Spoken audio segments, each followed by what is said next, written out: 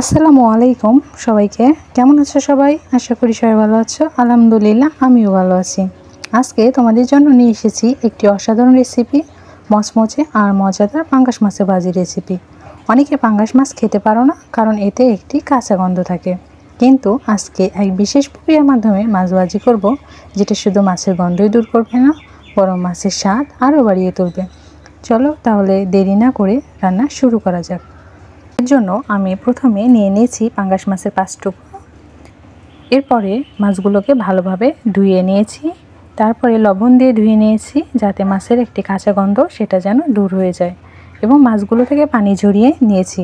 এখন মাছগুলো ভাজার জন্য সব মশলা দিয়ে ম্যারিনেট করে নেব। এর জন্য প্রথমে শুকনো গুঁড়ো মশলা দিয়ে দেব পরিমাণ মতো।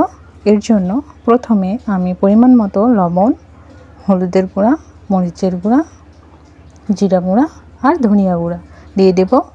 এরপরে দিয়ে দেব বাটা মশলা। এখানে বাটা মশলা হিসেবে আমি ব্যবহার করেছি পেঁয়াজ বাটা, রসুন বাটা ও আদা বাটা, এবং সব শেষে দিয়ে দেব যেটা আজকের গোপন উপকরণ, লেবুর রস।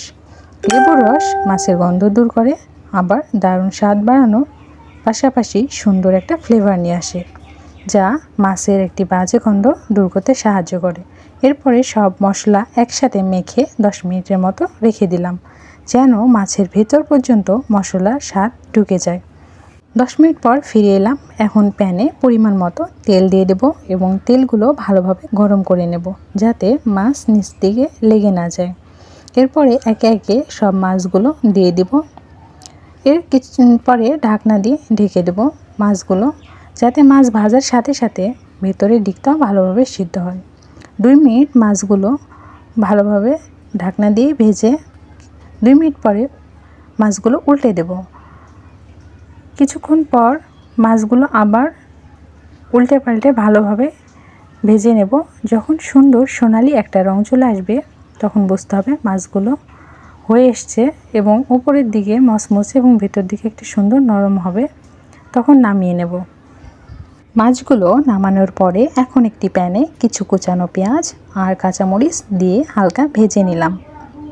এরপরে মাছ ভাজার জন্য যে মশলা দিয়েছিলাম সেখান থেকে বাকি মশলাগুলো দিয়ে দেব, এবং মশলাগুলো ভালোভাবে ভেজে নেব, এবং এর মধ্যেও দিয়ে দেব অল্প পরিমাণে সয়া সস।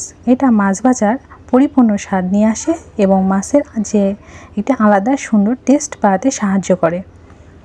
এটা পাঙ্গাস মাছের যে গন্ধ সেটাও দূর করে। তোমরা এভাবে পাঙ্গাস মাছ ভাজি খেলে ভুলেই যাবে যে এটা আসলে পাঙ্গাস মাছ কিনা। এরপরে ভাজা মাছগুলো দিয়ে ভালোভাবে নেড়ে চেড়ে নেব। তারপরে তোমাদের যদি পাঙ্গাস মাছ ভালো নাও লাগে, তাও একবার ট্রাই করে দেখো, ইনশাল্লাহ ভালো লাগবে।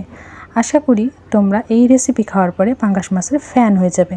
ভালো লাগলে অবশ্যই একটি লাইক দিও, আর রেসিপিটা কেমন লাগলো কমেন্টে জানাতে ভুলো না। আর তোমার যেসব বন্ধুরা পাঙ্গাস মাছ খায় না তাদের সাথে শেয়ার করে দাও। আর নতুন হলে চ্যানেলটা অবশ্যই সাবস্ক্রাইব করে পাশে থেকো। ভালো থেকো বন্ধুরা, সুস্থ থেকো। আল্লাহ হাফেজ।